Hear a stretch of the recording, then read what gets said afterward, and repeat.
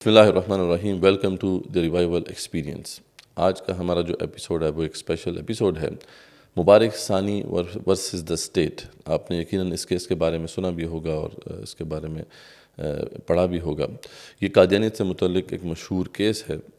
ہوا کچھ اس طرح سے تھا کہ قادیانیوں کی ایک تفسیر ہے، تفسیر صغیر، جسے 2016 میں بین کر دیا گیا تھا کیونکہ اس کے اندر بلاسفیمس کانٹینٹ تھا. لیکن اس کے باوجود اس کی پبلیکیشن بھی جاری تھی اور ڈسیمینیشن بھی جاری تھی، یعنی پبلش بھی کیا جا رہا تھا اور اس کو آگے پھیلایا بھی جا رہا تھا. تو اس حوالے سے جو مسلمان تھے ان کو کنسرن ہوا اور انہوں نے پھر اس بات کو رپورٹ کیا، خاص طور پر اس وقت 2019 میں جب مبارک ثانی نامی ایک قادیانی مبلغ نے ایک پوسٹ جو ہے وہ سوشل میڈیا کے اوپر ڈالی اور اس کے اندر یہ لکھا تھا کہ ان کا جو اپنا جو جامعہ ہے، جامعہ احمدیہ، اس کے اندر وہ تفسیر صغیر کو بانٹیں گے. جب یہ اس طریقے سے بات سوشل میڈیا پہ آئی تو کچھ مسلمان جو تھے وہاں پر گئے اور انہوں نے اس بات کی تصدیق کی کہ یہ تفسیر جو ہے، جو کہ بینڈ تفسیر ہے، اس سے بانٹا جا رہا ہے. ان لوگوں نے کوشش کی کہ ایف آئی آر کٹے ان کے خلاف، لیکن ایف آئی آر نہیں کٹی. 2019 میں انہوں نے کوشش سٹارٹ کی، یہاں تک کہ 3 سال لگے. 2022 میں جا کے ان کے خلاف ایف آئی آر کٹی اور جس کے بعد پھر قانون حرکت میں آیا اور ان کو پکڑ لیا گیا. لیکن پھر یہ اس کے بعد جو ہے جاتے ہیں ہائی کورٹ کے اندر بیل کے لیے. ہائی کورٹ جن کی اپلیکیشن کو ٹرن ڈاؤن کر دیتی ہے اور اس کے بعد پھر یہ اعلیٰ جو عدلیہ سپریم کورٹ کے پاس جاتے ہیں اور وہاں پر جسٹس قاضی فائز عیسیٰ صاحب جو چیف جسٹس آف پاکستان ہیں وہ ان کو بیل گرانٹ کرتے ہیں. اور وہ ایک ڈیسیژن جو ہے اس حوالے سے ان کا جب منظر عام پر آتا ہے جس کے اندر انہوں نے کچھ ریفرنس دیے قرآن کی آیات کے اور کچھ آئین کی کلازز کے انہوں نے ریفرنس دیے، جس کے اوپر پھر بہت تشویش کا اظہار کیا گیا. تقریباً تمام مکاتب فکر کے علماء اور اسکالرز جو ہیں انہوں نے اس پہ اپنی آراء کا اظہار کیا اور سب تقریباً متفق ہیں کہ جو آیات جن کا حوالہ دیا گیا اس ڈیسیژن کے اندر وہ بالکل غلط انہوں نے حوالہ دیا. اور ایون کہ جو آئین کی جو مختلف کلازز اور جو لیگل فریم ورک کے حوالے سے جو مختلف شقیں ہیں ان کو جو ریفر کیا گیا وہ بھی درست نہیں کیا گیا. اور یہ سب کو اب کنسرن ہے کہ اس ڈیسیژن کے بعد جو ہے قادیانیت کی ترویج کا ایک راستہ ہموار ہوگا. یہ ڈیسیژن کس حد تک درست ہے، اس کے اندر کیا مسائل ہیں، ان کو بھی ہم انشاءاللہ آج کی ڈسکشن میں کور کریں گے. لیکن اوور آل بھی ہم اس بات پہ ڈسکس کریں گے اپنے پینلسٹ کے ساتھ کہ قادیانیت کیا ہے اور کیا قادیانی جو ہیں ویسے ہی غیر مسلم ہیں جیسے کہ نان مسلمز باقی، یعنی کرسچنز، جیوز اور ہندو مت کے ماننے والے یا دیگر مذاہب کے ماننے والے نان مسلمز ہیں، یا ان کا جو سٹیٹس ہے وہ ڈیفرنٹ ہے اسلام کے اندر. اسلام کیا کہتا ہے اس حوالے سے، اور پھر پاکستان کا جو لیگل فریم ورک ہے وہ ان کے بارے میں کیا کہتا ہے. تو یہ ساری باتیں انشاءاللہ آج کے ایپیسوڈ میں ہم نے کور کرنا ہے. اور آج کا جو ہمارا پینل ہے ماشاءاللہ وہ اس حوالے سے ویل ورسڈ ہیں، ایکسپرٹس ہیں اپنی فیلڈ کے اندر. ایڈوکیٹ عبدالرحمن صاحب ہمارے ساتھ موجود ہیں جو اس حوالے سے انہوں نے ریویو پٹیشن ڈالی تھی. آج کی جو ہیئرنگ تھی اس میں بھی یہ موجود تھے. آپ نے ان کو پہلے بھی دیکھا ہوگا. ٹرانسجنڈر ایکٹ کے حوالے سے جو لیڈ پٹیشنر تھے وہ یہی تھے اور کافی اس کیس کو یہ فالو کرتے رہے اور اینڈ تک جو ہے یہ اس میں انوالو رہے. دوسرے جو ہمارے اسٹیم گیسٹ ہیں ڈاکٹر عمیر محمود صدیقی صاحب کسی تعارف کے محتاج نہیں ہیں، اسلامی نظریاتی کونسل کے آپ ممبر ہیں اور ان ایشوز کے اوپر یقیناً آپ کی اوپینین جو ہے وہ سامنے آتا رہتا ہے. ٹرانسجنڈر ایکٹ کے حوالے سے اگین آپ نے ان کو کئی دفعہ میڈیا چینلز کے اوپر دیکھا ہوگا کہ وہ اسلام کا جو نقطہ نظر ہے اس کو پیش کرتے ہیں. اس کیس کے اندر انہوں نے اپنی پرسنل کیپیسٹی میں ریویو پٹیشن ڈالی تھی. ویسے تو اسلامی نظریاتی کونسل کی کچھ اس حوالے سے کچھ سفارشات یا ریکمنڈیشنز تو آ چکی ہیں، لیکن یہ ہے کہ ریویو پٹیشن جو تھی ان کی پرسنل کیپیسٹی میں تھی. تو یہ خاص آج اسی سلسلے میں کراچی سے یہاں پہ تشریف لائے اور انہوں نے ہمیں وقت دیا. تو ہم ویلکم کرتے ہیں جی. السلام علیکم ورحمۃ اللہ وبرکاتہ. وعلیکم السلام. تو پہلے ہم اس کو پہلے اس پہلو سے شروع کرتے ہیں. ڈاکٹر صاحب ہم آپ ہی سے شروع کرتے ہیں کہ یہ پہلے ہم واضح کریں کیونکہ اس کیس کو جب ہم پڑھتے ہیں تو اس کے اندر ایک بڑی ایمبیگوٹی سامنے آ رہی ہے، اور وہ یہ کہ کیا جو قادیانی ہیں وہ غیر مسلم تو ہیں، اس میں تو کوئی شک نہیں ہے، لیکن کیا قادیانی ویسے ہی غیر مسلم ہیں جیسے کہ عیسائی غیر مسلم ہیں، جیسے یہودی غیر مسلم ہیں، جیسے ہندو غیر مسلم ہیں، یا ان کا معاملہ ڈیفرنٹ ہے؟ شریعت اس حوالے سے کیا کہتی ہے؟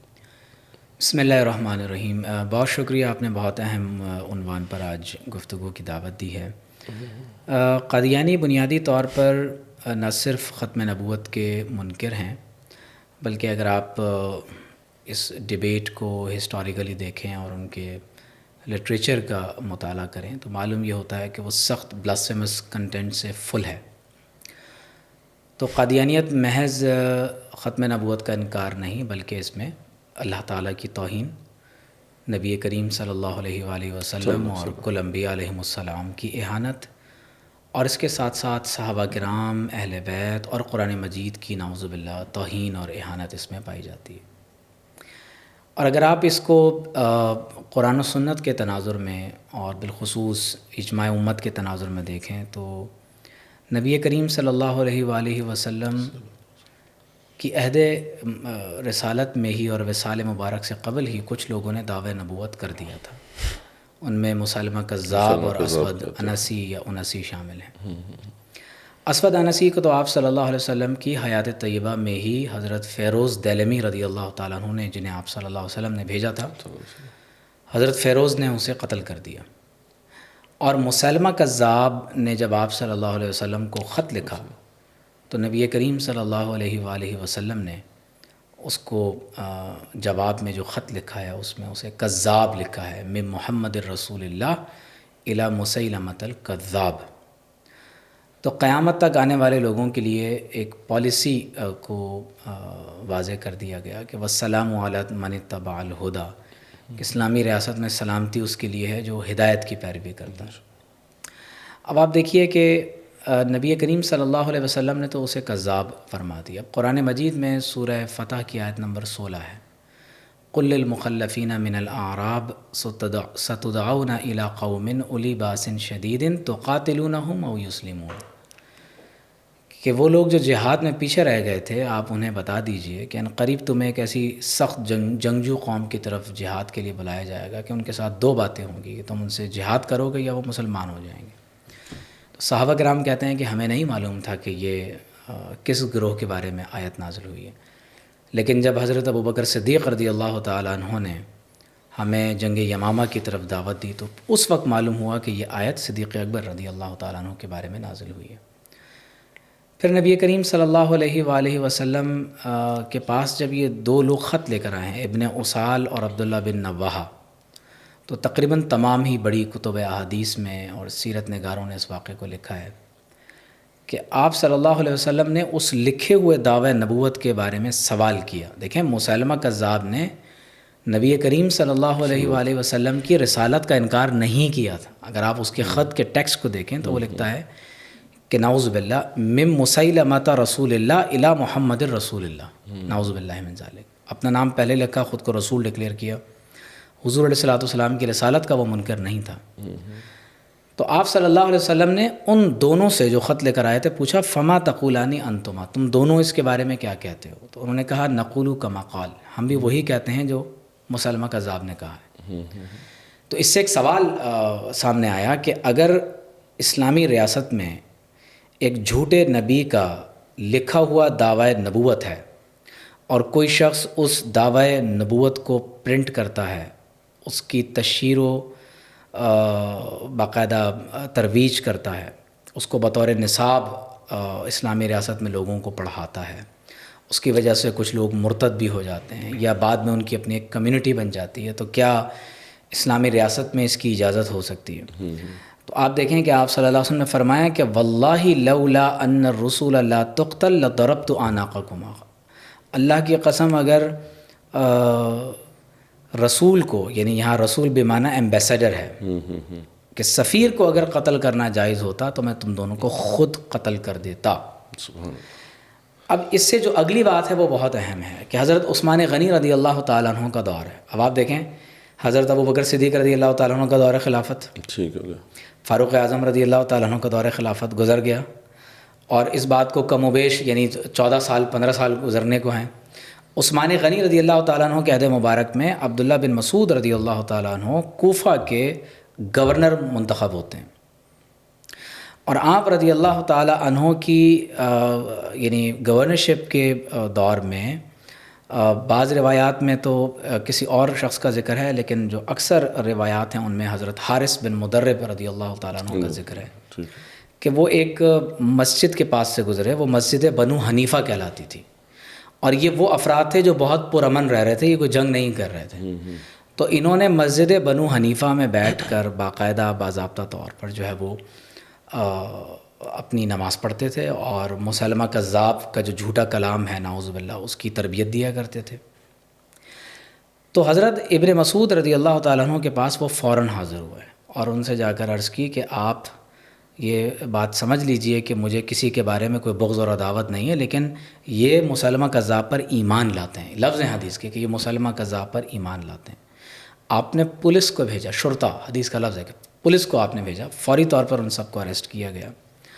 اور وہ جو اپنی چار دیواری میں بیٹھ کر یہ سارا کام کر رہے تھے، آپ نے انہیں روکا، اریسٹ کیا، انہیں اسلام کی دعوت دی، انہوں نے اسلام قبول کیا، توبہ کی کہ آئندہ ہم مسلمہ کذاب کی طرف نہیں جائیں گے. عبداللہ بن رواحہ کو آپ نے پہچان لیا، یہ مسلمہ کذاب کا مؤذن تھا، اور نعوذ باللہ اذان کے کلمات میں تبدیلی کرتے ہوئے حضور علیہ الصلوۃ والسلام کے نام کے ساتھ یہ مسلمہ کا نام بھی لیتا تھا نعوذ باللہ.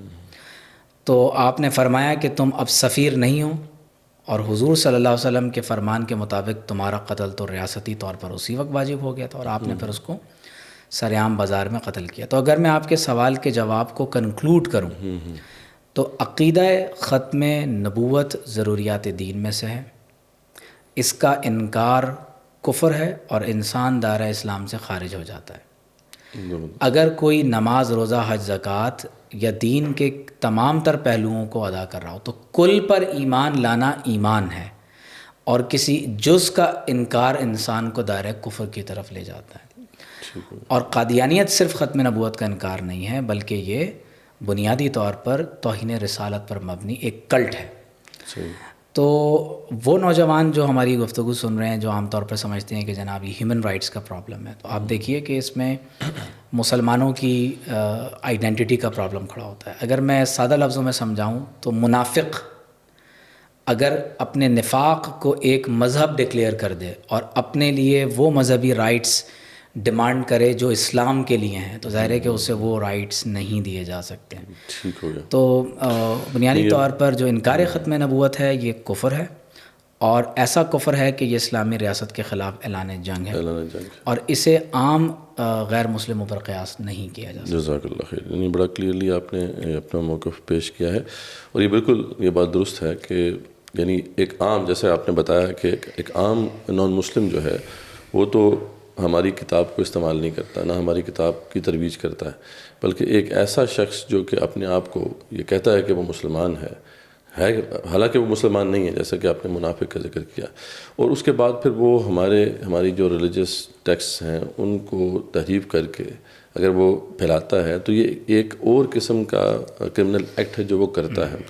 یعنی ایک غیر مسلم، چاہے وہ عیسائی ہے، یہودی ہے، جس بھی مذہب کا ماننے والا ہے، وہ اپنے ریلیجس ٹیکسٹ کو پبلش کرے گا یا اپنی کمیونٹی کے اندر اس کی تبلیغ کرے گا، ترویج کرے گا اسے. لیکن یہ ہے کہ وہ کبھی بھی ہمارے ریلیجس ٹیکسٹ اور ہماری جو ضروریات دین میں سے جو بنیادی چیزیں ہیں جس کا ذکر آپ نے کیا ہے، عقیدہ ختم نبوت، ان عقائد کے اوپر وہ کوئی کلام نہیں کرے گا. اور اگر بالفرض وہ بھی کلام کرتا ہے، اگر بالفرض وہ بھی ایسی بات کرتا ہے ہماری ضروریات کے اوپر، تو پھر اس کے اوپر بھی وہ حد لگے گی، جیسا کہ آپ نے واضح کیا. تو یہ تو شریعت کا مسئلہ اب کلیئر ہو گیا.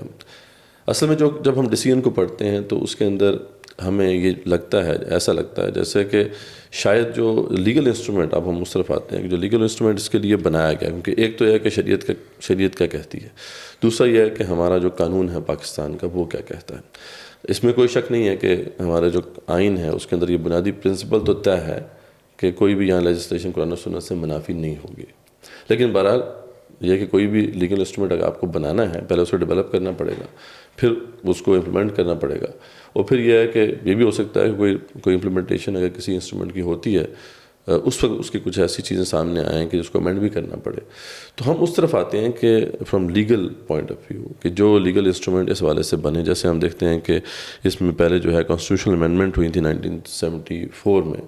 اس کے بعد پھر ہم دیکھتے ہیں کہ جو آرڈیننس تھا ضیاء کے دور کے اندر، جنرل ضیاء کے دور میں 1984 کا جو آرڈیننس ہے، جو امتناع قادیانیت جو آرڈیننس ہے، اس کو پھر باقاعدہ نیشنل اسمبلی میں جو ہے اسے انڈورس کیا گیا. تو اب یہ جو ہمارے پاس اب لیگل اس کی انسٹرومنٹ ہے یا لیگل فریم ورک ہے جس کے اندر ایک تو کانسٹیٹیوشن کی کچھ کلازز آ گئیں اور کچھ جو ہے ہمارے پاس اب آرڈیننس کی جو ہیں کچھ کلازز ہیں.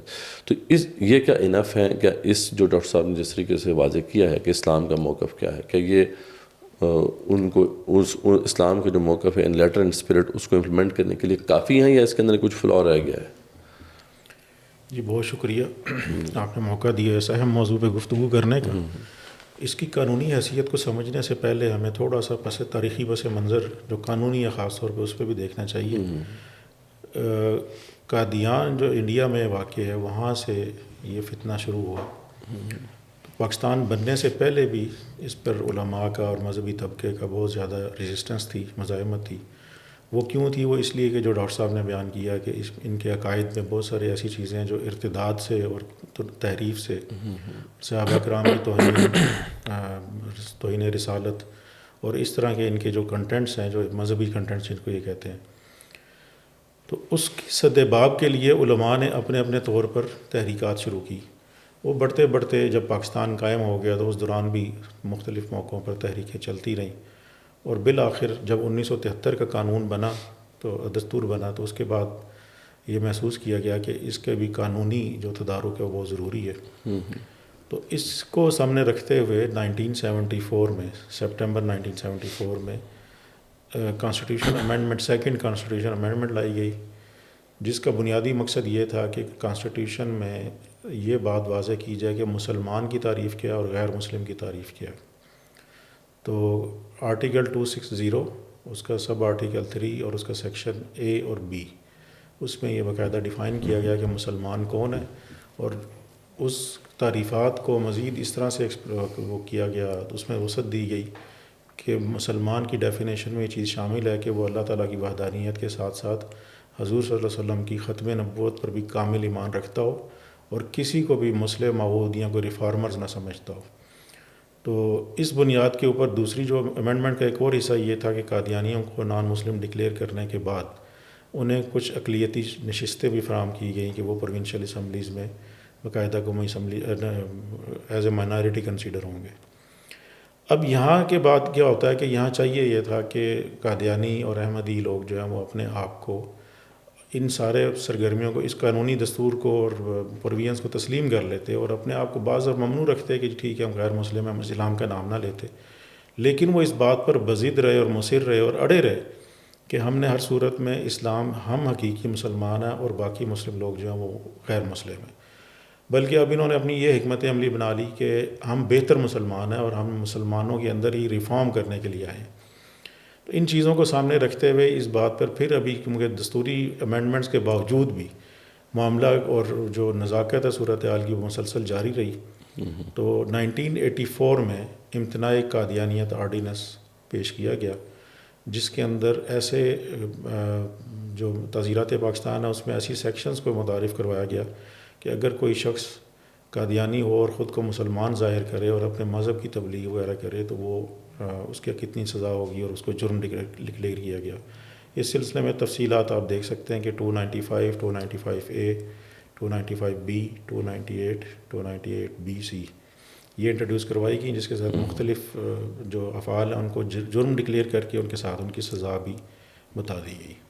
تو یہ اس کا ایک قانونی پس منظر ہے اور ابھی بھی قادیانی حضرات جو ہے وہ اس چیز کو تسلیم کرنے کو تیار نہیں ہے کہ ہم غیر مسلم ہیں، اور وہ آئے روز ایسی حرکات کرتے رہتے ہیں کہ جس سے وہ یہ ثابت کرتے ہیں جی ہمارے ساتھ کوئی ظلم ہوا ہے اور ہمیں اپنے مذہب کی تبلیغ نہیں کرنے دی جا رہی. تو ڈاکٹر عبدالرحمان صاحب آپ ذرا یہ بتائیں کہ کیا یہ جو لیگل انسٹرومنٹس اب بنے ہیں ہمارے پاس لیگل فریم ورک ہے، کیا یہ جو شرعی نقطہ نظر ہے اس حوالے سے اس میں کچھ لوپ ہول رہ گیا ہے یا یہ کافی مطلب پروفاؤنڈ ہے، ان کے اندر کافی چیزیں کور ہو گئی ہیں؟ کیونکہ اب اس میں جو سوال پیدا ہو رہا ہے جو ڈیسیجن قاضی فائز صاحب نے دیا اور بعد میں پھر ہم اس پہ بھی تھوڑا آتے ہیں اس پہ کہ جو انہوں نے کمنٹس بھی دیے، کچھ آیات کا ریفرنس بھی دیا، اس کے اندر تو یعنی بیسیکلی یہی بات کی جا رہی ہے کہ کیونکہ یہ مائنورٹی ہیں اور مائنورٹیز کے حقوق ہوتے ہیں تو اب وہ حقوق تو ان کو ملنے چاہیے. جیسے آپ نے بھی ذکر کیا کہ جو 1974 کی جو کانسٹیٹیوشنل امینڈمنٹ تھی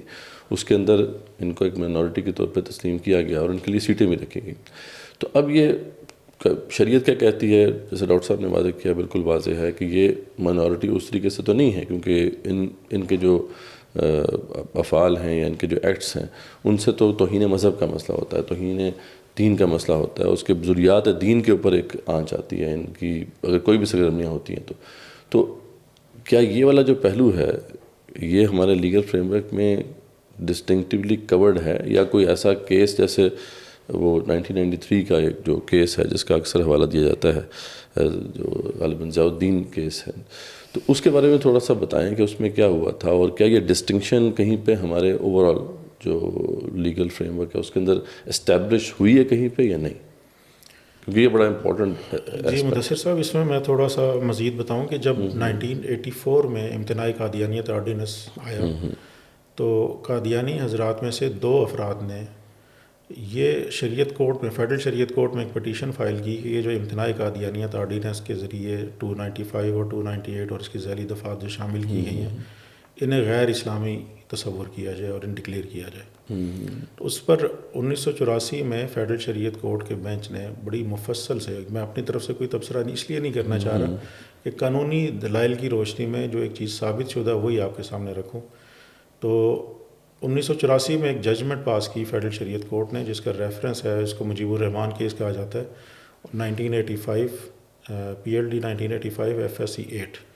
اس کے اندر انہوں نے ان کی جتنی بھی جو ارتدادی کتب ہیں، اس کے جو مندرجات ہیں اور اس کی جو قرآن اور شریعت میں حیثیت ہے، اس سارے کو بڑا تفصیل سے ڈسکس کیا ہوا ہے. اگر ہماری نوجوان نسل اس فیصلے کا مطالعہ کر لے تو اس کے بالکل ذہن سے یہ چیز کلیئر ہو جائے گی. قادیانیت ایک نہ صرف ایک کافر فرقہ ہے بلکہ یہ ایک فتنہ ارتداد ہے اسلامی ممالک میں. تو اس کے حوالے سے فیضل شریعت کورٹ نے یہ فیصلہ کیا یہ ساری کی ساری دفعات جو ہیں امتناعی قادیانیت آرڈیننس کی وہ اسلام کے مطابق ہیں اور اس کا دستور کے ساتھ بھی کسی قسم کا کوئی متعارض نہیں ہے، اس سے یعنی کوئی کنفلکشن نہیں ہے. تو یہ ایک تو چیز ہے. اور دوسرا ایک چیز جو بڑی ہی میں ڈاکٹر صاحب سے بھی ریکویسٹ کروں گا اس پہ کمنٹ کریں کہ دیکھیں ایک چیز یہ سمجھی جاتی ہے کہ شاید قادیانیوں کا جو مسئلہ ہے وہ پاکستان کے علماء کرام کا پیدا کردہ ہے اور یہاں یہ ان کی کوئی متعصبانہ رائے ہے. اسی طرح یہ بھی کہا جاتا ہے کہ یہ پاکستان کے مولوی کا مسئلہ نہیں ہے، یہ پوری امت کا مسئلہ ہے. اور یہ اس کی جو پیدائش ہوئی تھی اس فتنے کی وہ انڈیا میں ہوئی، یہ بڑھتے بڑھتے پاکستان تک بھی آیا. اور پھر پاکستان کے بعد آپ اس یہ دیکھیں کہ صرف پاکستان کی اسمبلی میں یا پاکستان کی وفاقی شرعی عدالت نے یا پاکستان کے مولویوں نے فتوے نہیں دیے، انٹرنیشنلی بھی جو پاکستان پوری امت کے ریکگنائزڈ ادارے ہیں. مثلا میں پہلی مثال دوں گا کہ 1974 میں معتمر المنظمات الاسلامیہ نے ایک ریزولوشن پاس کی. اس میں بھی یہ ساری ان کی جتنی یہ سرگرمیاں ہیں کہ وہ قرآن میں تحریفات کرتے ہیں، وہ اسلام مخالف عقائد کا پرچار کرتے ہیں اور اسلام کا نام لے کر اسلام کو ہی غلط عقیدہ ثابت کرتے ہیں. یہ اس وقت بھی ریزولوشن پاس ہوئی اور اس وقت بھی انہوں نے تمام جتنی بھی حکومتیں تھیں اسلامی ریاستوں کی ان سے یہ ریکویسٹ کی تھی کہ آپ ان کی جو تحریفات ہیں اس کو روک دیں. اس کے بعد 1980s میں غالباً اگر میں درست کہہ رہا ہوں ڈاکٹر صاحب 1980s میں IIFA کی باقاعدہ ریزولوشن آئی 85 میں.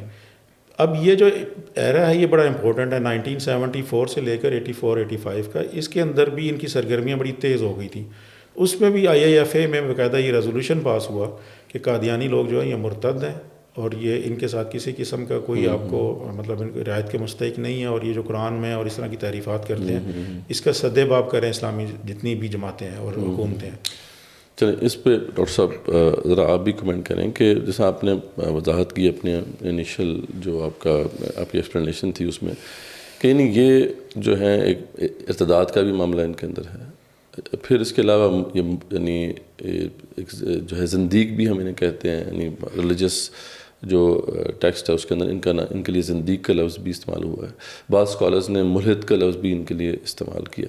تو یہ جو کیا یہ جو اس طرح کی کوئی سیپریٹ ڈسٹنکشن ہے ہماری تاریخ میں فقہی لحاظ سے کہ یہ بھی ایک کیٹیگری ہے اس قسم کے لوگوں کی اور ان کے ساتھ کیسے ٹریٹ کیا جائے؟ جیسے آپ نے منافقت کی بات کی کہ منافقین کا بھی ایک معاملہ تھا اور ان کے ساتھ ڈیل کرنے کا طریقہ کار تھا. مرتدین خاص طور پہ وہ جنہوں نے جھوٹے مدعیان نبوت کو ایکسیپٹ کیا، ان کو فالو کیا، تو ان کے ساتھ بھی ڈیل کرنے کا ایک خاص طریقہ کار تھا جس کا آپ نے ذکر کیا.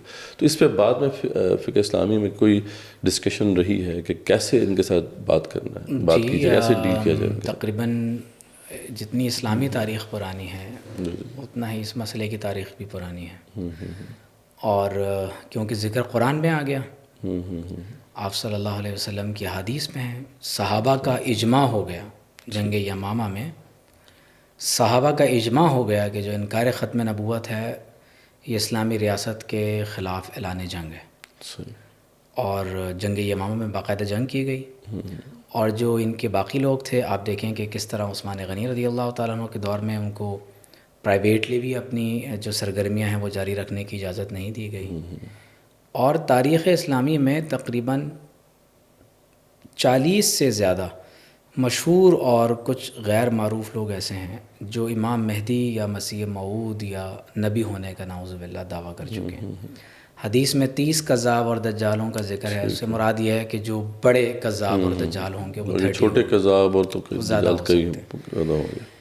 تو اس میں ایک بڑی امپورٹنٹ بات یہ ہے کہ اسلامی تاریخ میں تو ہمیشہ یہ بتایا گیا ہے کہ کافروں کی مختلف قسمیں ہوتی ہیں، کچھ وہ ہیں جو ذمی کہلاتے ہیں، کچھ وہ ہیں جو مرتدین کہلاتے ہیں۔ مثلاً اگر ایک کرسچن ہے تو وہ کرسچن اپنی کرسچن کمیونٹی کی حیثیت سے ایک ریلیجیس اینٹیٹی کے طور پر وہ اپنا گزر بسر ایک ذمی کی حیثیت سے یا ایک سٹیزن کی حیثیت سے اسلامی ریاست میں کر سکتا ہے، لیکن اگر ایک مسلمان کرسچن ہو جائے تو کیا اس کے لیے عیسائیت کے احکامات ہوں گے؟ تو ایسا نہیں ہے۔ اسی طرح آپ دیکھیے کہ وہ پھر مرتد کہلائے گا اور اس کی سزا پھر جی ایگزیکٹلی قتل ہے، جی جو اسٹیٹ جو ڈیتھ پینلٹی ہے، کیپٹل پنشمنٹ ہے، وہ ہوگی۔ پاکستان کے قانون میں ابھی تک کوئی براہ راست سزا تو نہیں ہے اچھا ابھی مرتد کی کوئی، ہاں ضمنی سزا یوں ہے کہ اگر کوئی مسلمان بلاسفیمی کا ارتکاب کرتا ہے 295 سی کے تحت تو لیکن بلاسفیمی تو ایک خاص قسم کا ارتداد ہے جی، مطلب بلاسفیمی تو یعنی کہ وہ توہین کرے گا، لیکن ارتداد تو ہے کہ کسی نے انکار بھی کر دیا جی، لیکن وہ بھی ارتداد کے ہی ظاہر ہے، ارتداد کی ایک شکل ہے بالکل۔ تو اسی طرح ایک قسم کہلاتی ہے مستامن، جو امان لے کر آپ کے ملک میں آ کے بس جاتے ہیں۔ ایک اور قسم ہے جنہیں معاہد کہا جاتا ہے، اگر کسی ملک کے ساتھ آپ کا پیس ایگریمنٹ ہو جاتا ہے۔ ایک اور جو قسم ہے انہیں حربی کافر کہا جاتا ہے، جو آپ کے ساتھ ایٹ وار ہوتے ہیں۔ تو اسی طرح زندیق کافر بھی ایک قسم ہے۔ تو اگر آپ اسلامک لاء کے حساب سے دیکھیں گے تو اگر کوئی ختم نبوت کا انکار کرے، قرآن میں تحریف کرے اور نعوذ باللہ توہین رسالت کا ارتکاب کرے تو وہ فال کرتا ہے حربی کافر اور زندیق کافر کی کیٹیگری میں، وہ عام غیر مسلم نہیں کہلائے گا، جس کی میں نے ایک سمجھنے کے لیے ایک مثال آپ کو دی ہے۔ اس میں ڈاکٹر صاحب ایک چیز کو ایڈ کر لیں کہ ایک ہے جو کہ شعوری طور پر مطلب وہ یہ کام کر رہا ہے، جیسے آپ سے زمانے میں مسلمہ کذاب کو شعوری طور پہ جو کچھ لوگوں نے ایکسیپٹ کیا، لیکن اب جو ایک سوال اٹھایا جاتا ہے کہ یہ جو بعد کے آنے والی نسلیں ہیں جو پیدا ان کے گھروں میں ہوئے ہیں، تو کیا ان کا بھی حکم ڈیفرنٹ ہوگا یا وہی ہوگا کہ جو ان لوگوں کا ہے جو شعوری طور پہ اس کو ایکسیپٹ کر؟ دیکھیے میں نے اس لیے 2 اصطلاحات استعمال کی، ایک ہے مرتد اور ایک ہے زندیق کافر۔ تو مرتد تو وہ ہوتا ہے جو پہلے صاحب ایمان تھا پھر ایمان چھوڑ کر نعوذ باللہ مرتد ہو گیا، پھر جو آئندہ آنے والی نسلیں ہوں گی وہ سب زندیق کافر کی، وہ زندیق کافر ہے۔ ٹھیک ہے۔ اچھا ڈاکٹر صاحب اس میں مجھے ایک چھوٹا سا میرا کویسچن یہ ہے، کیونکہ فقہ کا مطلب یہ ہوتا ہے کہ ان ڈیپتھ نالج آپ کو، تو میری یہ ایک سوال ہے کہ کیا ایک شخص جو یہ کہتا ہے کہ جی میں صرف مسلمان نہیں بلکہ بہتر مسلمان ہوں، تو وہ یہ سمجھ رہا ہے کہ میں مسلمان ہی ہوں لیکن پھر بھی وہ انکار ختم نبوت کر رہا ہے، تو اس کو آپ کیا اس کو مرتد کی کیٹیگری میں نہیں ڈالیں گے؟ دیکھیے ارتداد کی ڈیفینیشن یہ ہے کہ کوئی شخص پہلے دائرہ اسلام میں داخل ہو اور پھر اس دائرے سے باہر نکل جائے کسی عمل کی وجہ سے۔ تو قادیانی تو پہلے سے ہی دائرہ اسلام میں داخل نہیں ہے، جو بورن قادیانی ہے وہ بھی دائرہ اسلام میں داخل نہیں ہوتا، کیونکہ اس کی بنیاد ضروریات دین کے انکار پر کھڑی ہوئی ہے، تو لہٰذا وہ اپنی بنیاد سے ہی ایک غیر مسلم ہے، لیکن عام غیر مسلم نہیں ہے، کیونکہ اس میں نعوذ باللہ توہین رسالت ہے۔ میں اس کو اس طرح دیکھتا ہوں کہ اگر آپ اس کو آپ صلی اللہ علیہ وسلم کے اس خط کے جواب کی طرف اگر آپ لے جائیں تو حضور فرما رہے ہیں کہ فما تقولانی انتما، تم دونوں اس دعوی نبوت کے بارے میں مسلمہ کے بارے میں کیا کہتے ہو؟ اچھا مسلمہ کذاب نے اسلام قبول نہیں کیا تھا، ٹھیک ہے، مسلمہ کذاب کا تعلق تو نصارہ سے تھا، وہ مسلمان نہیں تھا. تو اسلامی ریاست میں اگر کوئی دعوی نبوت کر دیتا ہے، چاہے وہ مسلمان ہو یا وہ کوئی بھی ہو، یہ ایک علیحدہ آفینس ہے جو اسلامی ریاست کے خلاف ہوا ہے. اور نعوذ باللہ اگر کوئی اسلامی ریاست میں خدا ہونے کا دعویٰ کر دیتا ہے، رسول ہونے کا دعویٰ کر دیتا ہے، تو یہ اعلان جنگ ہے اسلامی ریاست کے خلاف، یہ ایکٹ آف ہائی ٹریزن ہے. ٹھیک ہو. تو ہمارے ہاں قرآن اور حدیث میں بالکل اس کو ایک الگ انداز سے ڈیل کیا گیا. اور میں سمجھتا ہوں کہ یہ جتنی بھی قسمیں ہمارے ہاں کفر کی بیان کی جاتی ہے، اس میں سب سے زیادہ سخت ترین قسم جو ہے وہ یہ ہے. اچھا چلیں ان کی طرف سے جو بات، یعنی میں اس میں ایک چیز اور ایڈ کر دوں. آپ دیکھیں کہ جیسے ایک شخص محض دین کی کسی بات کے انکار سے کافر ہو جاتا ہے، اور ایک فرعون ہے جو کہتا ہے کہ میں خدا ہوں، نعوذ باللہ. تو اب اگر کوئی فرعونی تہذیب کے ساتھ کھڑا ہوا ہے اور انا ربکم الاعلی کا نعرہ لگاتا ہے، تو یہ اب اس کا حکم اور ہے، اس کا حکم ہوگا، تو وہ زندیق کافر کے زمرے میں کہہ رہا ہے. ٹھیک ہے. چلیں ان کی طرف سے جو ہمارے خاص طور پہ ہمارے جو سیکولر لبرل طبقات ہیں ان کی طرف سے آتا ہے کہ انسان تو ہیں، چلو ٹھیک ہے، وہ جو ان کے بڑے تھے وہ تو شعوری طور پہ انہوں نے ایکسیپٹ کیا. اب جو آنے والی نسلیں، آگے آنے والی نسلیں ہیں، وہ تو ان کے پلے بڑے ہیں، ان کے ساتھ ان کے گھروں میں پلے بڑے ہیں. اب تو وہ انسان تو ہیں، اب ان کو زندہ رہنے کا تو حق ہے. تو ان کے لیے شریعت اسلامیہ پھر کیا کہتی ہے؟ کیا ان کو جلا وطن کر دینا چاہیے؟ کیا ان کو قتل کر دینا چاہیے؟ یا مطلب یہ ہے کہ وہ رہ سکتے ہیں ایک؟ دیکھیے میں یہ سمجھتا ہوں سیکولر طبقے کو یا جو ہیومنسٹ ہیں ان کو اب ہیومن رائٹس کی بات کرنے کا کوئی حق نہیں ہے، کیونکہ اس وقت فلسطین میں جو کچھ ہو رہا ہے وہ تو اس کے بعد ہیومن رائٹس کا ڈسکورس ایک نئے دور میں داخل ہو گیا ہے. صحیح بات. اور 100 سال سے جو لوگوں کو کہا گیا تھا وہ جھوٹ تھا، فریب تھا. ہیومن رائٹس نام کی کوئی چیز دنیا میں نہیں ہوتی.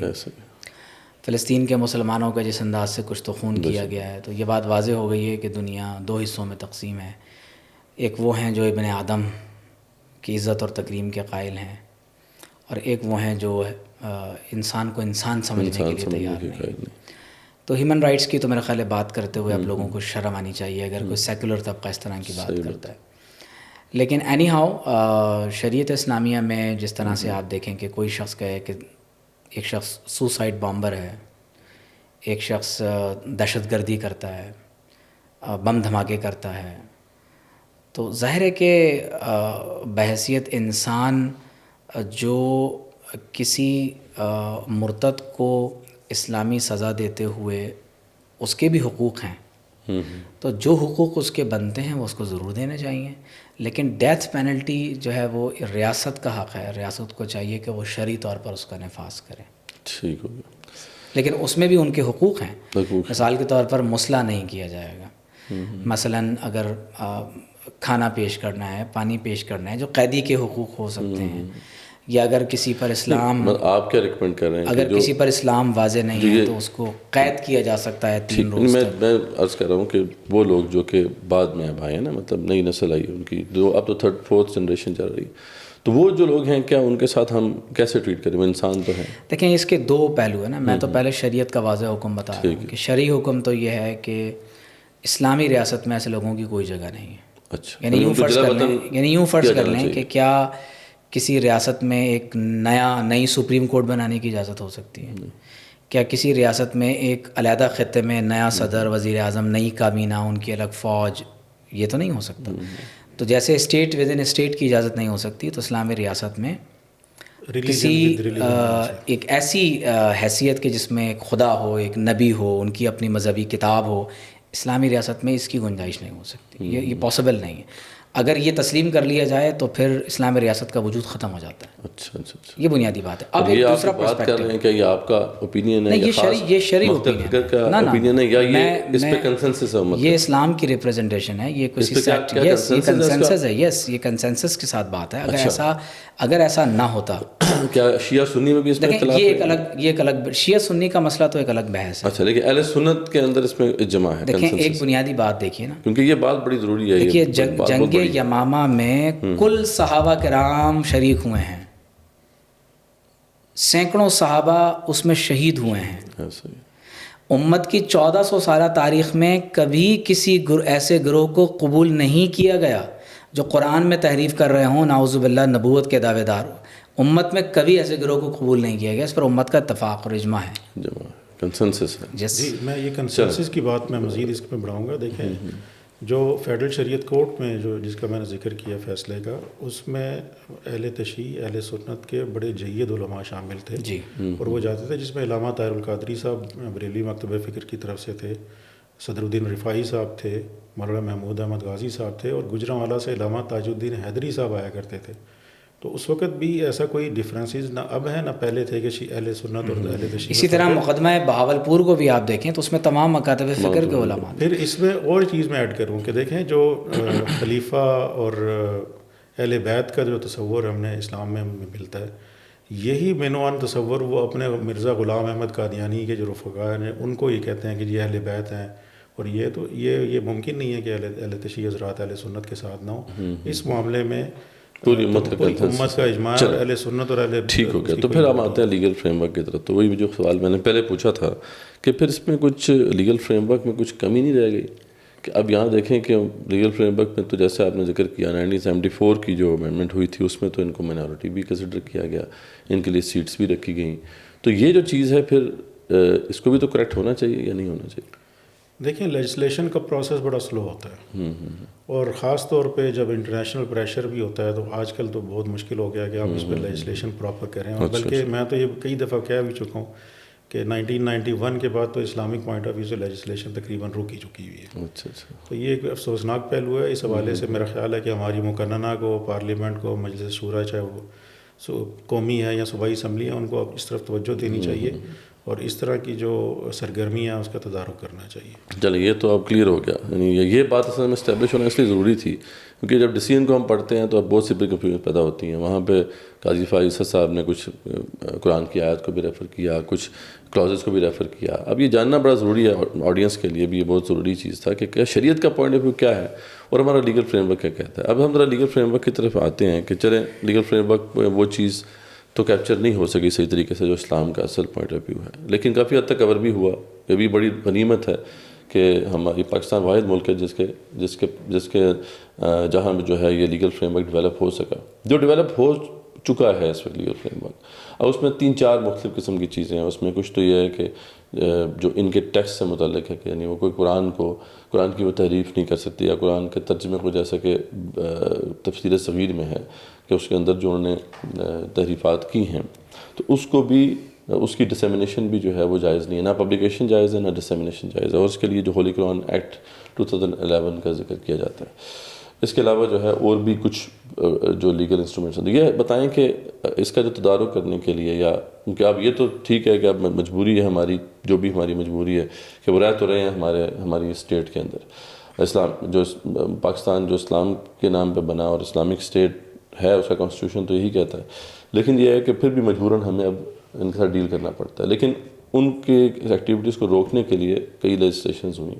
تو وہ ذرا اس کا ایک سمری ہمیں بتائیں کہ کیا کیا ہمارے پاس اس وقت ہے لیگل فریم ورک کے اندر کہ جو ہمیں انیبل کرتا ہے کہ ہم ان کی ایکٹیویٹیز کو لمٹ کر سکیں، یا جو ہے ان کی جو اس فتنے کو ہم کنٹرول کر سکیں، کنٹین کر سکیں. دیکھیں اس حوالے سے صرف ایک ہی جو اسپیسیفکلی وہ کیا گیا ہے وہ امتناع قادیانیت آرڈیننس ہے، اور اس سے متعلقہ جو عدالتی نظائر ہیں وہی ہمارے پاس اویلیبل ہیں as a legal frame work میں جو ریمیڈی اویلیبل ہے. اس کے علاوہ جو اس کے ساتھ ریلیونٹ لاز جو بنتے ہیں وہ ہے نفاذ شریعت ایکٹ 1991، ٹھیک ہے، جس میں اس چیز کو احاطہ کیا گیا ہے کہ جو امر بالمعروف ہے والنہی عن المنکر ہے اس کا فریضہ جو ہے وہ اسٹیٹ ادا کرنے کی پابند ہے، اور پھر شریعت کو بالادستی حاصل ہے. لیکن افسوسناک پہلو یہ ہے کہ ہمارے کانسٹیٹیوشن میں اور ہمارے عدالتی نظائر میں اس چیز کا لکھا گیا ہے کہ شریعت کو بالادستی حاصل ہے، اور وہ شاید عوام کو مطمئن رکھنے کے لیے کیا گیا ہے. حالانکہ قانوناً جو دستوراً جب بھی ایسی کوئی بات ہوتی ہے تو وہ شریعت میں موجود تعریف کو، اس میں موجود سزاؤں کو، اس میں موجود احکامات کو صرف نظر کرتے ہوئے صرف اپنے جو ہمارے مروجہ قوانین ہیں ان پر ہی اکتفا کیا جاتا ہے. تو میرا خیال ہے کہ اس حوالے سے بھی لیجسلیشن کی سخت ضرورت ہے، اور اس معاملے پہ بھی ہمیں کام کرنے کی، اور خاص طور پہ جو ہمارا مقننہ ہے اس کے جو ممبران ہیں ان کو اپنی ذمہ داری کا احساس کرنا چاہیے. چلیں ٹھیک ہے، اب ذرا کیس کی طرف آتے ہیں. تھوڑا سا 2-3 پوائنٹس کیس کے ہم دیکھ لیتے ہیں. کیس جو ہے اس میں جو ایف آئی آر کاٹی گئی اور اس میں کچھ کلازز لگیں، اس میں 295B ہے اور 298C ہے. تو یہ 2 کلازز لگیں، لیکن ان دونوں کلازز کے حوالے سے تو کوئی ہمیں نظر نہیں آیا کہ جسٹس صاحب نے جو ہے وہ آگے بات کی، بلکہ ان کو تو ایک طرح سے ختم کر دیا, اور ایک اور کوئی کلوز ہے کہ جو illegal distribution of banned documents کے حوالے سے لگائی گئی ہے. تو یہ ذرا بتائیں کہ کن گراؤنڈس کے اوپر جو ہے ان کو نکالا گیا, یا یہ کہا گیا کہ یہ صحیح نہیں کلوزز لگیں. بلکہ ایک کمنٹ تو یہ بھی ہے کہ اگر تو یعنی کچھ آیات کے حوالہ دے کر قاضی فائز صاحب نے کہا کہ اگر تو اس کو ملوث خاطر رکھا جاتا تو یہ FIR کٹنی ہی نہیں چاہیے تھی. مطلب ایک طرح سے یہ میسج بھی وہاں پہ ملتا ہے ہمیں ڈیسیژن کے اندر. تو ذرا ڈیسیژن کے حوالے سے اوورآل بتائیں کہ یہ کیا پیغام دے رہا ہے ڈیسیژن, اور اس کے کیا امپلیکیشنز ہو سکتے ہیں, کانسیکوینسز کیا ہو سکتے ہیں, کیوں اتنا شور ہے اس وقت جو مچایا جا رہا ہے. ان کی طرف سے تو یہ آتا ہے کہ بہت شور مچایا جا رہا ہے ریلیجس طبقات کی طرف سے, اور اس میں جو ہے کوئی اتنا بڑا مسئلہ نہیں ہے, چھوٹا سا مسئلہ ہے, اس کو ایک خام ایک ایشو بنایا جا رہا ہے. تو آپ بتائیں کہ یہ جو ڈیسیژن ہے جس کے اندر یہ کچھ ریفرنسز بھی ہیں, اس کی کیا کانسیکوینسز ہو سکتے ہیں, کیا امپلیکیشنز ہو سکتی ہیں؟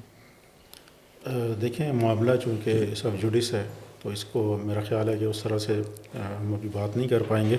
لیکن جو سب سے اہم چیز ہے کہ دیکھیں, اس میں قادیانیت یا نان قادیانی کا ایشو نہیں ہے. اس کیس میں جو چیز انوالو ہے وہ ہے کہ کیا قرآن کریم کی تحریف ہوئی ہے یا نہیں ہوئی.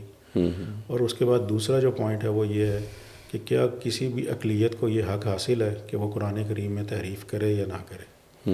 تو اصل میں یہ معاملہ ہے, اور اس میں جو سیکشن ہے وہ اٹریکٹ کرتی ہے 295B جو تحریف سے متعلق ہے, اور اس میں ڈیفائلنگ کا لفظ استعمال ہوا ہے کہ ڈیفائلنگ سے کیا مراد ہے. اس حوالے سے ہم نے جو اپنے تشریعی دلائل ہم نے تیار کیے ہیں اور قانونی دلائل ہیں, اس میں ہم نے ڈیفائلنگ کو مختلف ڈکشنریوں سے اور قوانین کی ڈکشنریوں سے یہ ثابت کیا ہے کہ کسی بھی چیز کو جو خالص ہو اور اس کے اندر آلودگی کی جائے, آمیزش کی جائے, تو وہ ڈیفائل کے ہی زمرے میں آتا ہے. اور یہی ایگزیکٹلی تفسیر جو صغیر ہے اس کے ساتھ ہوا. وہ یہ ہوا کہ 2016 میں اس کتاب کو اس کے مندرجات, خاص طور پہ جو ارتدادی قسم کے مندرجات ہیں, وہ یہ لوگ یہ کرتے ہیں کہ قرآن, اگر آپ نے اس کا اسکرین شاٹ پہ لگا دیں اس کا پیج, تو قرآن کریم کا متن سارا موجود ہے, آیات موجود ہیں, اور حاشیے پر اور اس کے ذیل میں جو انہوں نے کمنٹس کیے ہیں اور جو اس کی تفسیر بیان کی ہوئی ہے وہ انتہائی غلط ہے. صرف یہ نہیں ہے بلکہ اس پرویژن میں یہ ہے کہ ایسے تبصرہ یا ایسی تفسیر جو کہ اسلام مخالف عقائد سے, یعنی اسلام کے جو عقائد ہیں اس کے مخالف اور اس کے برعکس ہو, تو یہ دونوں چیزیں اس میں پائی جاتی ہیں کہ قرآن کریم کی تحریف معنوی کی گئی ہے, اور اس کے علاوہ اس کا جو ان لافل پرپز ہے وہ بھی سامنے آتا ہے کہ وہ اپنے غیر قانونی جو غیر دستوری اپنا جو حق تبلیغ ہے اس کو استعمال کرنے کے لیے کر رہے ہیں.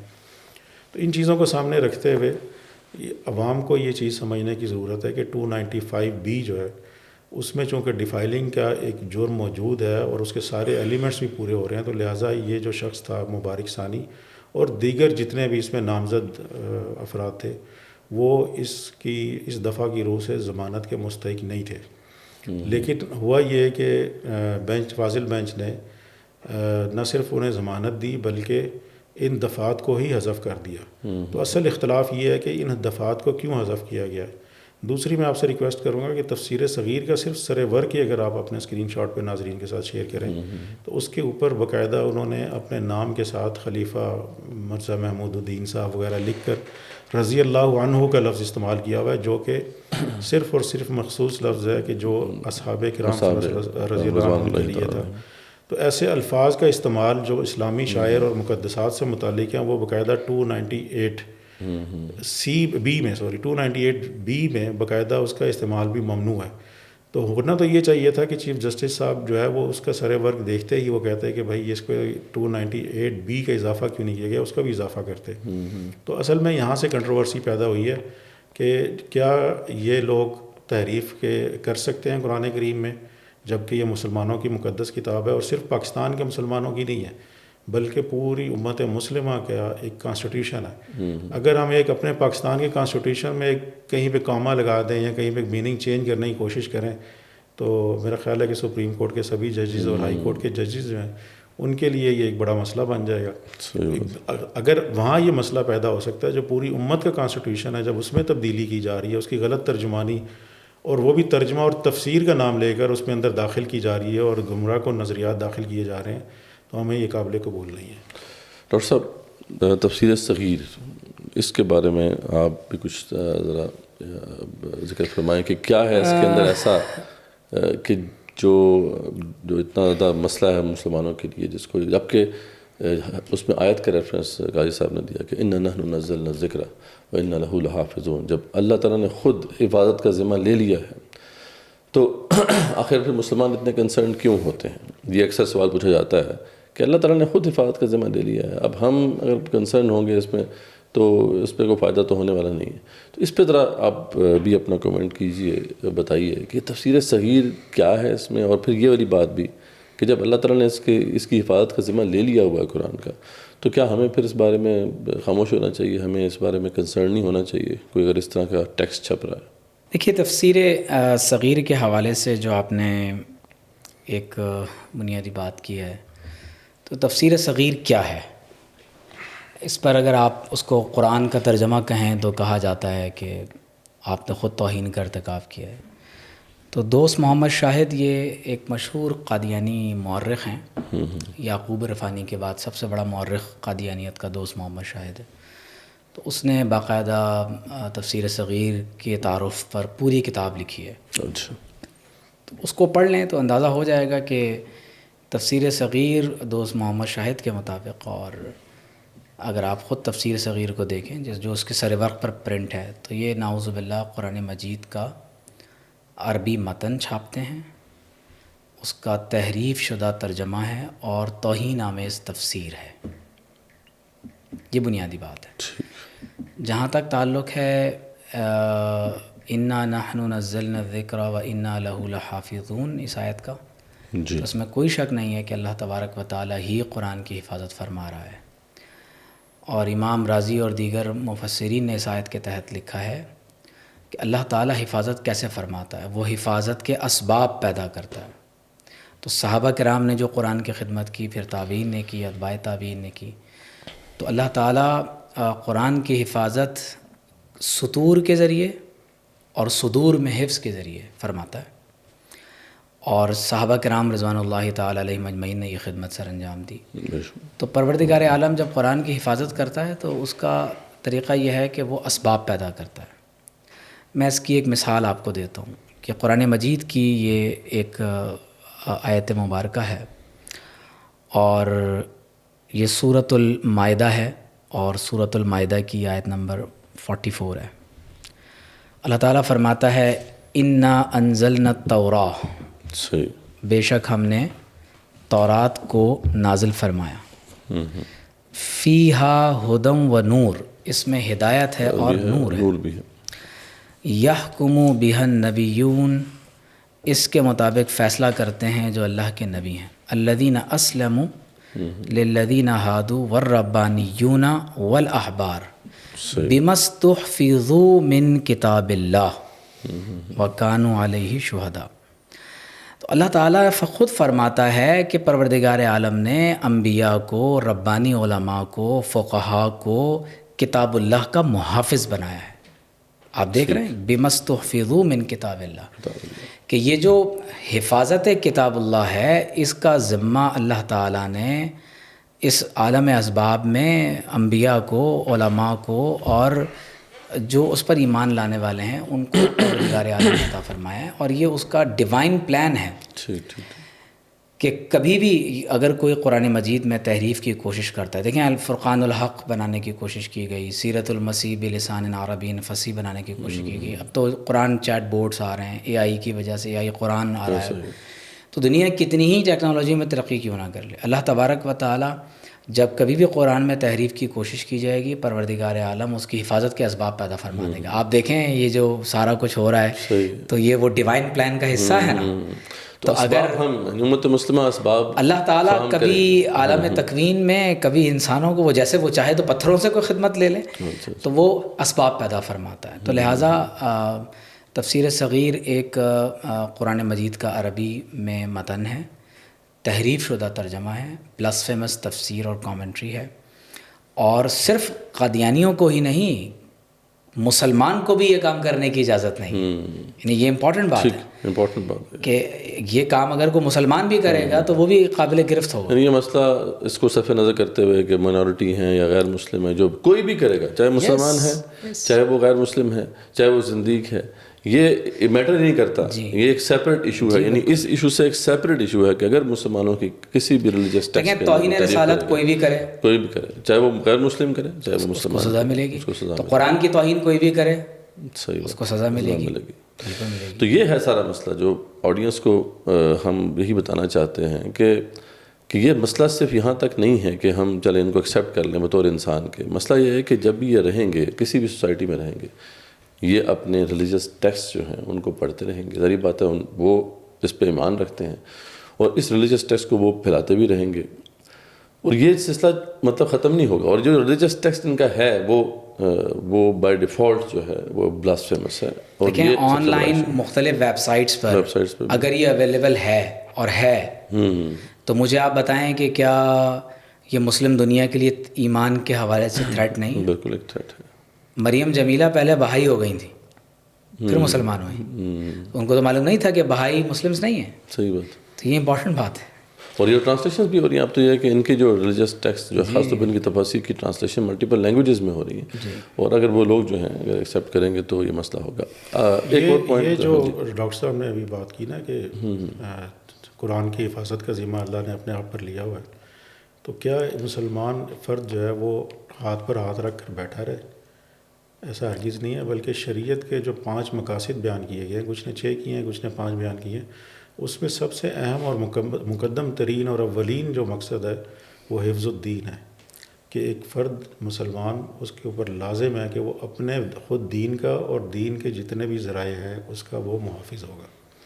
ٹھیک ہے. اس لیے یہ کہہ دینا کہ جی بس وہ ایک سمپل آیت کی تشریح سے ایک لفظ اخذ کر لینا یا ایک جملہ اخذ کر لینا اور اس کو پراپر اس کے جو کنٹیکسٹ ہیں, دیگر کنٹیکسٹ ہیں, سے ہٹ کر اس کی تعبیر بیان کرنا وہ درست نہیں ہے. ٹھیک ہو گیا. ایک بات جو اس میں اس کو بھی ہم کور کر لیتے ہیں کہ جو بات کی گئی ہے کہ یہ جو تفسیر تھی یہ تو وہ اپنی کمیونٹی میں یا اپنے ادارے کے اندر تقسیم کر رہے تھے. تو کیا یہ جو غیر مسلم ہیں ان کے ہاں بھی ہم دیکھتے ہیں کہ جو بائبل کے اندر بھی ایون کہ یا تورات کے اندر بھی یا اولڈ ٹیسٹمنٹ نیو ٹیسٹمنٹس جو ہیں ان کے اندر بھی بعض انبیاء کی توہین کی گئی ہے, یعنی جیسے سلیمان علیہ السلام کی توہین کی گئی ہے. تو یہ سوال اکثر اٹھایا جاتا ہے کہ دیکھیں ان کو بھی تو آپ الاؤ کرتے ہیں کہ اپنی کمیونٹی میں آپ بات کریں, تو پھر ان کو کیوں نہیں الاؤ کرتے؟ تو یہ ایک سوال جو ہے اٹھایا جاتا ہے, اس پہ آپ کیا کہتے ہیں؟ اس میں میرے خیال ڈاکٹر صاحب زیادہ بہتر کمنٹ کر سکتے ہیں. اچھا. بہرحال میرے نزدیک ہر شریعت کا ایک مزاج ہوتا ہے, ہر دین کا ایک مزاج رہا ہے. تو اسلام کا جو مزاج ہے اور اس کی جو کنسٹرکشن ہے وہ اس لحاظ سے بالکل مختلف ہے کہ اسلام جو ہے نہ تو یہ پسند کرتا ہے کہ جی آپ غیر مسلم کی چیزوں کو اختیار کریں, اس کی شناخت کو اختیار کریں, ان کے شاعر کو استعمال کریں, حلیہ لباس کی حد تک بھی منع کرتا ہے. اور اس کا یہی مطلب نکالا جاتا ہے کہ اگر ہم دوسروں کا اختیار نہیں کر سکتے تو ہمارے بھی دوسرے اختیار نہیں کر سکتے. تو یہ جو مسلم آئیڈینٹی کا لفظ ڈاکٹر صاحب نے شروع میں استعمال کیا یہ بالکل درست استعمال. ڈاکٹر یہ سوال آپ سے بھی پوچھ لیتے ہیں کہ یہ اکثر سوال اٹھایا جاتا ہے کہ جو ریلیجس ٹیکسٹ ہیں غیر مسلموں کے, یعنی بائبل ہے, بائبل کے اندر بھی تورات کے اندر بھی بعض جگہوں پہ انبیاء کی توہین کی گئی ہے. ٹھیک ہے, جیسے سلیمان علیہ السلام کی توہین ہمیں ملتی ہے اور انبیاء کی. تو جب ان کو آپ الاؤ کرتے ہیں کہ وہ اپنی کمیونٹی میں جو ہے یا اپنے ایک ادارے کے اندر جو ہے اس کو بڑھا سکتے ہیں, تو پھر قادیانیوں کو کیوں نہیں الاؤ کیا جاتا؟ تو ایک سوال ہے, تو اس کا کیا؟ دیکھیں بائبل اسلامک ٹیکسٹ نہیں ہے. ٹھیک ہے, وہ اولڈ ٹیسٹمنٹ کو یہودی مانتے ہیں, کرسچنس اولڈ اور نیو دونوں ٹیسٹمنٹس کو مانتے ہیں. تو اگر بالفرض ان کا کوئی اپنا ریلیجس اپنا ذاتی ان کا ٹیکسٹ ہے, وہ اپنی مذہبی کتابوں کو اپنے مذہبی اداروں میں پڑھا رہے ہیں تو وہ ایک الگ بات ہے. لیکن اگر اس سوال کو یوں ہی دیکھیں کہ اگر ایک کوئی غیر مسلم جیسے کرسچن ہے, اگر وہ مسلمانوں کے قرآن کو تحریف شدہ انداز سے چھاپے گا تو ظاہر ہے کہ یہ جرم بھی ہوگا, اور اگر اس میں بلاسفیمس کانٹینٹ ہے تو وہ توہین رسالت یا توہین قرآن بھی ہوگی.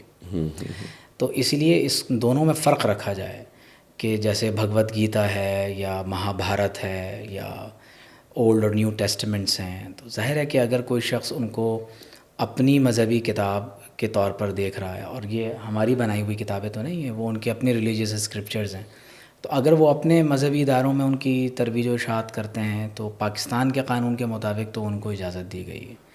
لیکن ابھی جو بات زیر بحث ہے وہ یہ ہے کہ کیا قرآن کو اگر کوئی یعنی اگر اس انداز سے کوئی شخص اس کی ترویج و اشاعت اپنے ہاں غیر مسلم ہونے کی حیثیت سے ایک بلاسفیمس انٹینٹ کے ساتھ کرتا ہے تو کیا اس کی اجازت ہو سکتی ہے؟ تو اس کی اجازت نہیں ہے. لیکن اسی طرح فرض کریں کہ اگر کوئی نبی کی توہین پر مبنی کوئی واقعہ ہے تو وہ اگر سر عام کہیں بتایا جائے گا، سنایا جائے گا، یا وہ واقعہ رپورٹ ہوگا کہ جناب دیکھیں فلاں نبی کی نعوذ باللہ توہین کی گئی ہے، تو وہ پھر ایگزیکٹلی ایک ایسی بات ہوگی کہ اگر اس کی باقاعدہ تشہیر شروع ہو جائے، اس کو لوگوں کو بیان کیا جائے، تو پھر جو بھی قانون میں سزا بنتی ہے اس کے مطابق اس کو سزا ملے گی. ٹھیک ہو گیا. بس آخری کچھ ایک دو پوائنٹس پہ چلتے ہیں.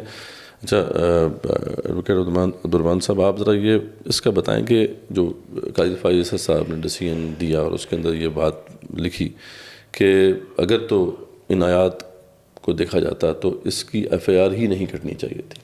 اچھا اس کے بارے میں یہ کہا جاتا ہے کہ ڈیسیژن جو ہوتا ہے اس کے اندر 2-3 پارٹس ہوتے ہیں. ایک تو اس کے کچھ آرگومنٹس وغیرہ ہوتے ہیں اس کے اندر، اس کے بعد پھر وہ جو ہے اس کے اندر کچھ ایسا ہوتا ہے جس میں صرف جنرل کمنٹس ہوتے ہیں، اور پھر ڈیسیژن کا مین پارٹ ہوتا ہے جس میں باقاعدہ فیصلہ ہوتا ہے.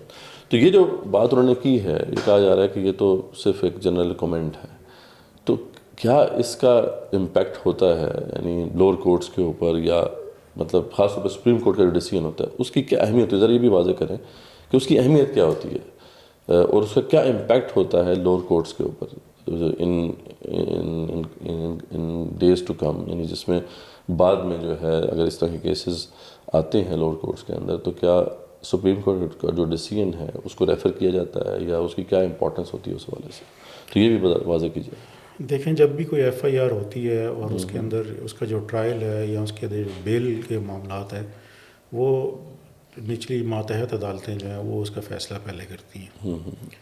تو سپریم کورٹ کی کوئی بھی ججمنٹ جب ان کے سامنے بطور حوالہ پیش کی جاتی ہے، بطور عدالتی نظیر پیش کی جاتی ہے، تو وہ ان کے لیے کانسٹیٹیوشنلی بائنڈنگ افیکٹ رکھتی ہے کہ وہ اس کے اوپر ہر صورت میں ہی عمل درآمد کریں. اب ہر ججمنٹ کے 2-4 حصے ہوتے ہیں جس میں کچھ آپریٹیو پارٹس ہیں، کچھ نان آپریٹیو پارٹ ہیں. تو یہ ان چیزوں کو جب لوئر لیول پہ جو ججز ہیں، نچلی عدالتوں میں جو ججز ہیں، وہ اتنا مائنیوٹلی نہیں دیکھتے، وہ چند جملوں کو دیکھنے کے بعد اس کیس پہ فیصلہ کر دیتے ہیں. تو اگر یہ ججمنٹ برقرار رہتی ہے اور as a reported judgment publish بھی ہو جاتی ہے، اور یہ آیات جن سے غلط استدلال کیا گیا یہ بھی اس کا حصہ رہتی ہیں، تو یہ آئندہ مستقبل میں آنے والے جتنے بھی مقدمات ہیں ان پہ اس کے بڑے گہرے اور بڑے دور رس نتائج مرتب ہوں گے، جو کہ مسلمانوں نے پاکستان کے لیے کسی صورت بھی درست نہیں ہے. ٹھیک ہے، یہ جاننا بڑا ضروری ہے آڈینس کے لیے کہ ہم جو اس بات پہ ایک آواز بلند کر رہے ہیں کہ یہ ڈیسیژن ہو سکتا ہے کہ ایک راہ ہموار کر دے. جی مدثر بھائی، اس میں دیکھیں ایک ہوتا ہے پارلیمنٹ میڈ لا اور ایک ہوتا ہے جو جج میڈ لا ہے. اچھا، تو یہ جو سپریم کورٹ کے اور ہائی کورٹس کے جتنے بھی فیصلے ہیں یہ ایک لا بن جاتے ہیں، یہ ان کو پریسیڈنٹس کہا جاتا ہے اور یہ ایک لا ہی کنسیڈر ہوتے ہیں. اور اس کو ریفر بھی کیا جاتا ہے باقاعدہ. جی بالکل، اس کو باقاعدہ پھر ریفر کیا جاتا ہے. جس طرح ہم اپنی ڈسکشن میں فیڈرل شریعت کورٹ کے اور سپریم کورٹ کی ججمنٹس کا ذکر کر رہے ہیں، تو وہ ان کے اوپر ایون کہ خود ہائی کورٹس پہ اور سپریم کورٹ پہ بھی بائنڈنگ ہو جاتے ہیں. تو اس لیے ہمیں بہت ضرورت ہے اس چیز کی کہ ہم اس فیصلے کی تصحیح کروائی جائے، اور امید رکھتے ہیں کہ انشاءاللہ قاضی فائز عیسیٰ صاحب اس میں انشاءاللہ امید رکھتے ہیں کہ وہ اس بات کو ضرور مد نظر رکھیں گے. ڈاکٹر صاحب آخری بات، یہی جو آیات ریفر کی گئیں ججمنٹ کے اندر، تو اس کے بارے میں تو تقریباً سب جتنے بھی مکاتب فکر ہیں پاکستان میں، ان کے جو اسکالرز علماء نے یہ اپنے کمنٹس دیے ہیں کہ یہ ان کو غلط ریفر کیا گیا. جیسے ان نحن نزلنا الذکر و انا لہ لحافظون کے اوپر آپ نے اپنی رائے بھی دی، اپنا جو ہے اپنا کمنٹ دیا. اس طریقے سے لا اکراہ فی الدین کی بات کی کہ دین میں کوئی جبر نہیں ہے. اس کے بارے میں بھی آپ تھوڑا بتائیں کہ کیا یہ آیت اس مقام پہ ریفر کرنا درست تھا؟ اس کو دیکھیے، دین میں جبر نہیں ہے، دین میں داخلے پر جبر نہیں ہے. آپ ساری تفاسیر میں شان نزول پڑھ کر دیکھ لیجئے. مراد یہ ہے کہ جب صحابہ کرام کہ وہ بعض صحابہ کے وہ بچے جو پہلے یہود کے ساتھ شامل ہو گئے تھے، تو جب یہود کے ساتھ غزوات کے نتیجے میں ان کو جلا وطن کیا جانے لگا تو بعض مسلمانوں نے کہا ہم ان کو جبراً مسلمان کر لیتے ہیں. تو قرآن کی آیت نازل ہو گئی. تو دائرہ اسلام میں داخلے کے لیے کسی پر جبر نہیں ہے. تو دار اسلام میں آئے گا تو اس کے لیکن اوپر اگر laws کوئی لگیں گے۔ مسلمان ہو گیا تو سادہ سی بات ہے، اگر بچہ 7 برس کا ہو جائے تو نماز کی تلقین کرو، 10 برس کا ہو جائے تو تعدیباً سزا دی جائے گی۔ ٹھیک ہے، تو یہ میرا خیال ہے کامن سینس کی بات ہے، ہمارے ہاں تفاسیر میں لکھا ہوا ہے یہ سب۔ تو ہمیشہ قرآن کو اس کے کانٹیکسٹ میں اور امت کے اجماعی تناظر میں دیکھنا چاہیے، اور آپ صلی اللہ علیہ وسلم نے جو اس بارے میں فرمایا۔ اس میں بھی کوئی ایک آپ کمنٹ کریں، کیا جو جسٹس حضرات ہیں خاص طور پہ فیڈرل شریعت کورٹ کے ججز ہیں ان کو تو آئیڈیا ہوتا ہے، جو سپریم کورٹ کے ججز ہیں، کیا ان کو اس طریقے سے آیات کو ریفر کرنا چاہیے کہ یہ اچھا ایک دیکھیں، ٹرینڈ ہے؟ میں تو اس بارے میں صرف یہ کہوں گا کہ بحیثیت مسلمان جتنے بھی لوگ ہیں ان کو چاہیے کہ وہ قرآن مجید کو خود پہلے سمجھیں، سیکھیں، اور اس کی وہ تشریح، تعبیر اور تفہیم کو آگے بڑھائیں جو قرآن کے مطابق ہو، آپ صلی اللہ علیہ وسلم کی سنت کے مطابق ہو، حضور علیہ الصلوۃ والسلام کے صحابہ، تابعین، اتباع تابعین اور جمی امت کی جو اجماعی روایت ہے اس کے تابع ہوں۔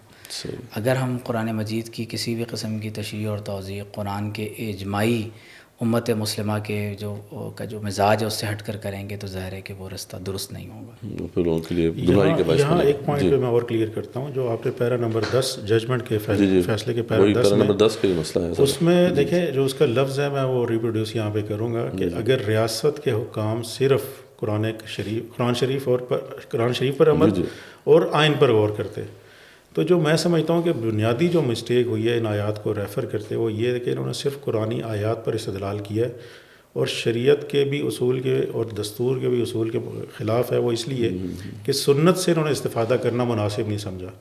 تو جو صرف قرآن کا لفظ ہے، اگر آپ صرف قرآن کی آیات کی تشریح حدیث کو چھوڑ کر، سنت کو چھوڑ کر کریں گے تو پھر اس کے پہ غلطی کے امکانات ضرور ہوتے ہیں۔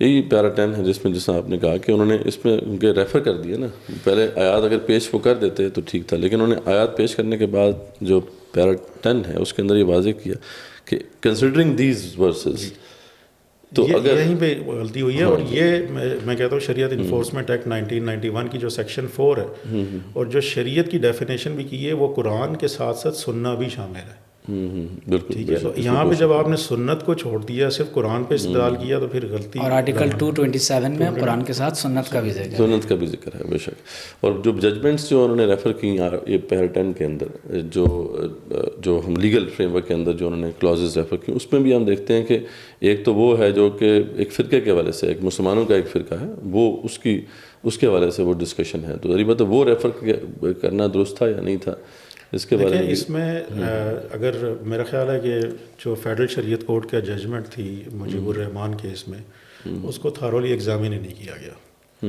ان میں اس فیصلے میں اس کی لا اکراہ فی الدین اور نحن نزلنا الذکر و انا لہ لحافظون، اس کے اوپر استدلال کیا تھا قادیانی جماعت نے، لیکن شریعت کورٹ نے وہ سارے سننے کے بعد اس کا بڑا بہترین انداز میں رد کیا ہے کہ جی یہ ان آیات بالکل ریلیونٹ نہیں ہے۔ ٹھیک ہے، تو اس لیے میرا خیال ہے کہ بینچ سے، فاضل بینچ سے یہ بڑی مسٹیک ہوئی ہے کہ انہوں نے جو پریسیڈنٹس تھے ان کو پراپرلی ان کو بھی ایگزامن نہیں کیا گیا، نہ قرآن و سنت کو اس طریقے سے دیکھا گیا۔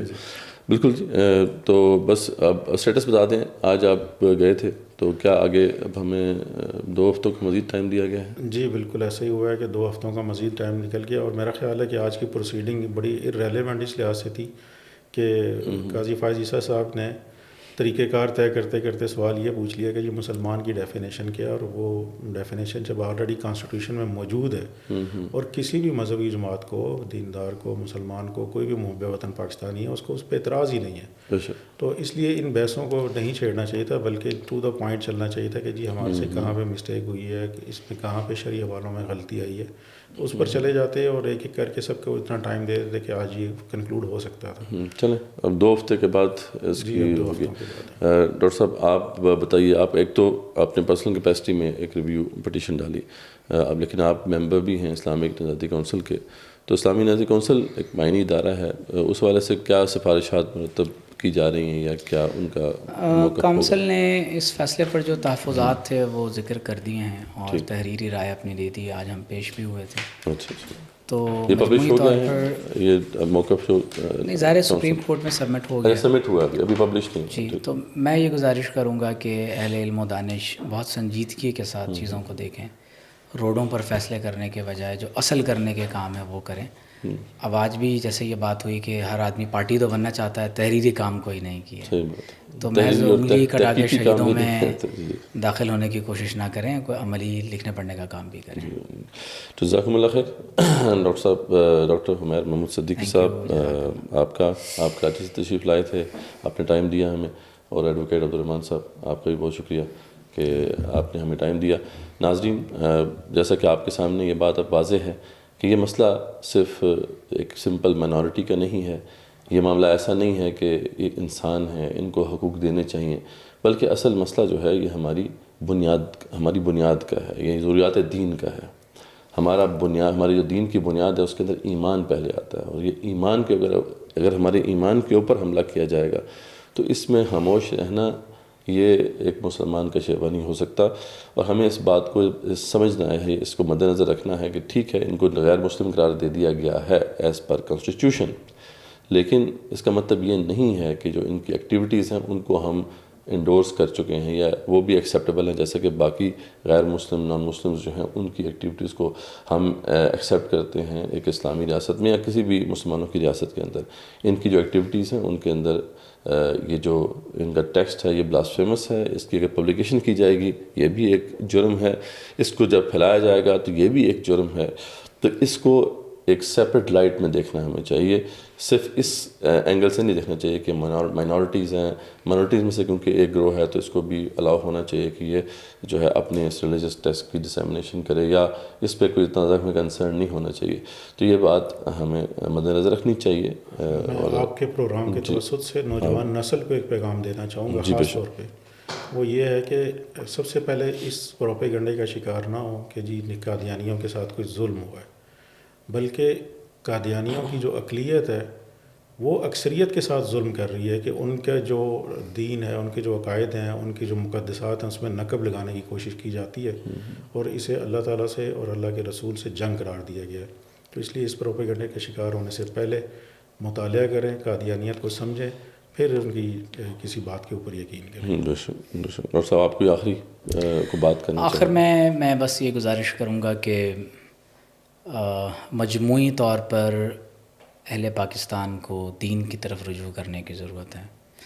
نوجوان کنفیوژن کا شکار اس لیے ہیں کہ ہمارے سوشل میڈیا پہ ہمارے مذہبی جو شناخت رکھنے والے لوگ ہیں وہ عجیب و غریب عنوانات پر بحث کرتے ہیں، نتیجتاً ہمارے نوجوان کنفیوژن کا شکار ہو جاتے ہیں. تو خدا را امت کے ان موضوعات پر بات کریں جس سے یگانگت پیدا ہو، اتحاد پیدا ہو، باہمی محبتیں ایکسچینج ہوں، اور جو کامن آپ کے ایشوز اور پرابلمس ہیں ان کو سالو کرنے کی سالو کیا جائے. بے شک جو اصل بات یہ ہے کہ ہمیں جب بھی اس طرح کا ایشو ہو، سینسٹیو ایشو ہوتا ہے، ہمیں پڑھنا چاہیے، تحقیق کرنا چاہیے. جیسے ڈاکٹر صاحب نے کہا، ایڈوکیٹ عبدالرحمٰن صاحب نے کہا، ہمیں پڑھنا چاہیے، دیکھنا چاہیے کہ اصل ایشو ہے کہاں، اور پھر اس کے مطابق ہم جو ہے اس کے اوپر کمنٹ کریں. کیونکہ سوشل میڈیا ہے، ہر کسی کے پاس مائک بھی ہے، کیمرہ بھی ہے، تو اس طرح کے موضوعات کے اوپر جب ہم اس طرح ایک کانٹینٹ جنریٹ کرتے ہیں تو اس سے پھر بہت بڑی کنفیوژن پیدا ہوتی ہے سوسائٹی کے اندر. تو ہمیں اس ذمہ داری کا احساس ضرور رہنا چاہیے. جزاکم اللہ خیر. انشاءاللہ نیکسٹ ایپیسوڈ تک السلام علیکم ورحمۃ اللہ وبرکاتہ.